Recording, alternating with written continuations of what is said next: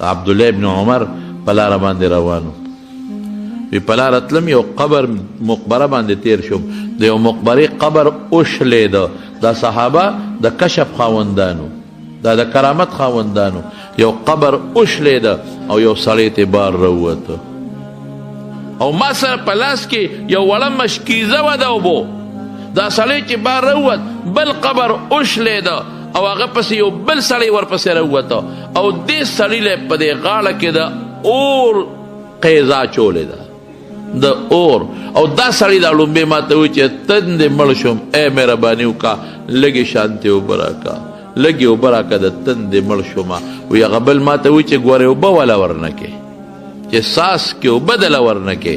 وایي ویارېدم په هیبت وایي چې مخکې لاړمه شپه شوه یو بوډی د کور مخکې ولاړه وه میلمه څه کوې زه خو په لاره ځم د شپې ځای مې نشته وی راځه موږ سره بیټک کې به شپه وکړې چې بیټک ته ننوتمه وی مخامخ د دوی کور سره قبرونه و د یو قبر نه اواز مې واورېده بول البول وما البول البول وما البول الشن وما الشن بول بول څه شی دی مشک مشک څه شی دی د څه شی دی وی بوډا نه مې تپوس وکړه چې دا چغې ته اورې وې او دا څه وایي او دا څوک دي وی هغه راته وی چې دا زما خاوند دی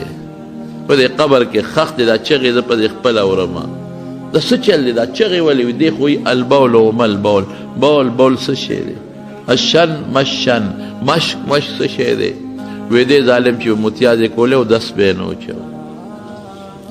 ما ورته وی د خدای ظالمه او دس وچوه ای ظالمه اوښم چې متیازې کوي نو خپې یو طرف ته راغونډې کړي ای ظالمه سپیم چې متیازې کوي دیوال ته خپه اوچته کړي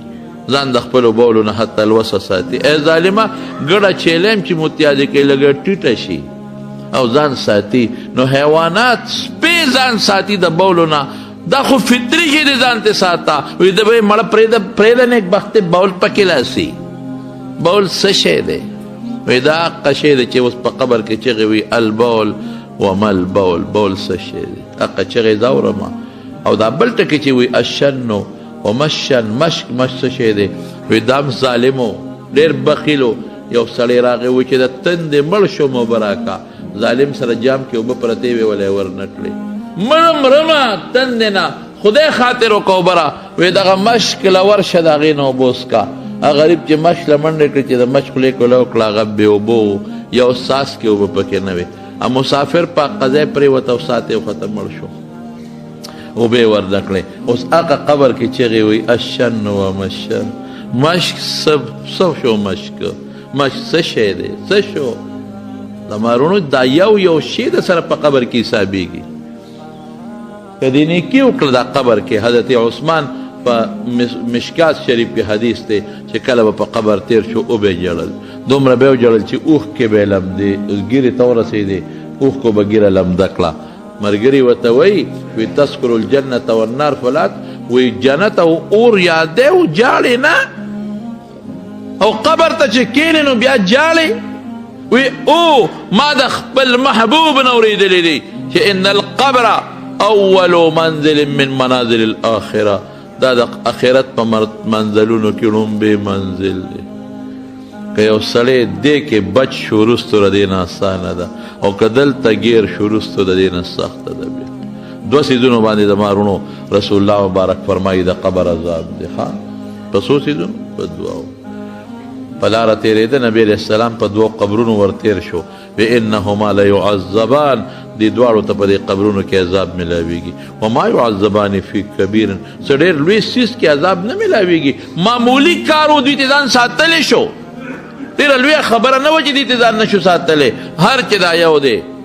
وکان یمشي بالنمیمه چغلي خورو چغلي د قبر چې څوک چغلي خور دی د قبر عذاب ته ځان ټینګ کي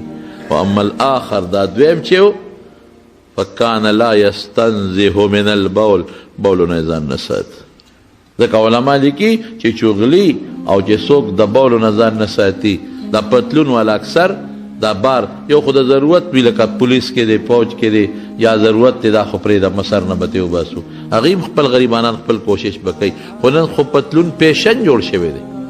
په دې ایرپورټونو کې دا پتلون والا لیزان له یو شی جوړ کړي په هغې کې په ولاړه بول کوي متیازې کوي. یقین په خدای وکړه چې څنګه موږ ورته ګورو ښکاري چې څنګه متیازې وکړي بس را دې خوا شي او بس زنځیر راکاږي او روان شي نیم پتلون د متیازو ډک.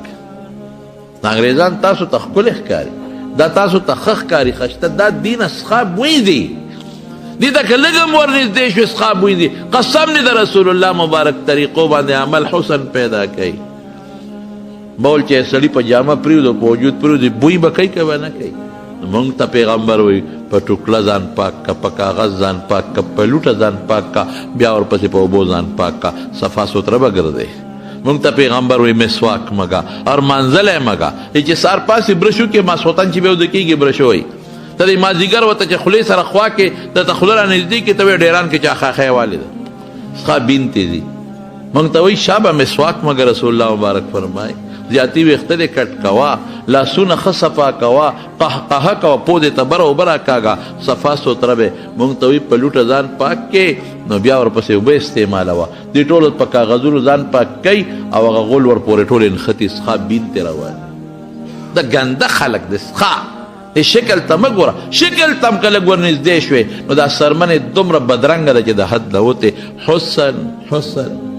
ډول خشتوالی او خوشبو والی زما قسم په الله د رسول الله مبارک د سنتو په تابعدارۍ کې ده. دا حسن نشته دا نور چې دا دوی څه کوي نو دا د قبر عذاب چغلی باندې د قبر عذاب میلاویږي. قبر کې دننه خطرناک شی دی دا د چغلی په برکت چې څوک چغلي خور دی او څوک د بولو نه ځان نه ساتي هلته قبر کې به دواړو ته عذاب میلاویږي. او چغلي ډېر خطرناک شی دی ښه زمارونو انتهایی خطرناک شی دی. د چغلي خور په سبب که مرګ وشو د قاتل چې څومره ګناه کیږي دومره ګناه ورسره د دې چغلي خور هم وشو، دومره ګناه د دې چغلي خور هم ورسره وشوه. زه په دغه کې وم په ریاض کې یو عربي سره ناست وم نو هغه ګپ شپ لګو درې څلور عربو پکې ما سره یو بل ملګری مو نو ما ته وایي شیخ څو ښځې دي؟ مې یوه. او داسې ټوقې را پورې شروع کړې یو بل د ده یوه ښځه، بل یو واحده یوه ښځه، بل ته وایي واحده یوه ښځه. یا خدای څه ګناه مې څه کړې ده؟ یعنې داسې خنداګانې ما پورې شروع کړه او خاندي اتزوجت واحد یوه دې کړې ده. ما یو کنه یوه ده چلو کوم څه یوه ده کنه بل څه ویلی هو زوجه واحد د ده یوه ښځه. خدای ما ولې څه چل؟ هغه ویلي 4 زوجات الحمدلله ما څلور دي الحمدلله. بل ستاسو 3 دي الحمدلله. بل ستاسو دي 4 دي الحمدلله. ما ته څه وایي؟ وایي د ما پلار و 3 اوس مې 4 وکړه. وایي ما ته مه کوه دا 3 ډېر دي بچې نه بابا 4 درته کوم. وایي په زور مې ونه 4 ښځه وکړه. دا ولې تاسو یوه ښځه کوئ؟ مې دا چې تا زه بوځم پاکستان ته او بیا خیبر پښتونخوا ته دې بوځم او هغه اوږدو سوک والا کېړو ته داسې لاندې وګورئ تا د دویمې ښځې نوم واخیست. موږ دویمه ښځه کولی شو یو نه شو سنبالولی ته 2 3 4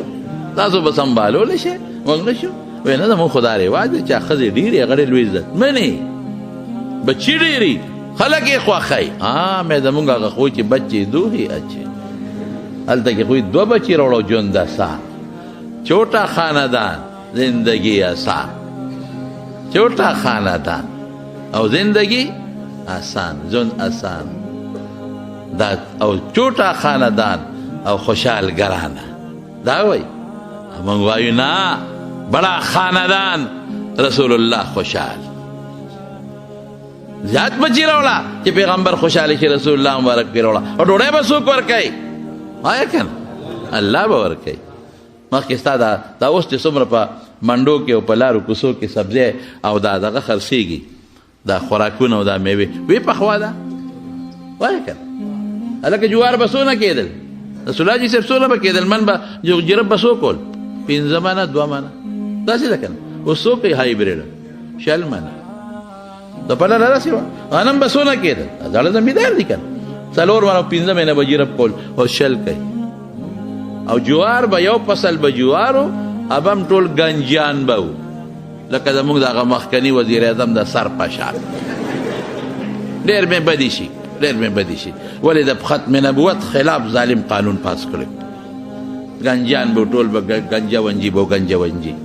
هغه اوس ورشه یو وږي په دغه خبره چې د بشیر جان د خپې عمره دی یو وږي غټ وږي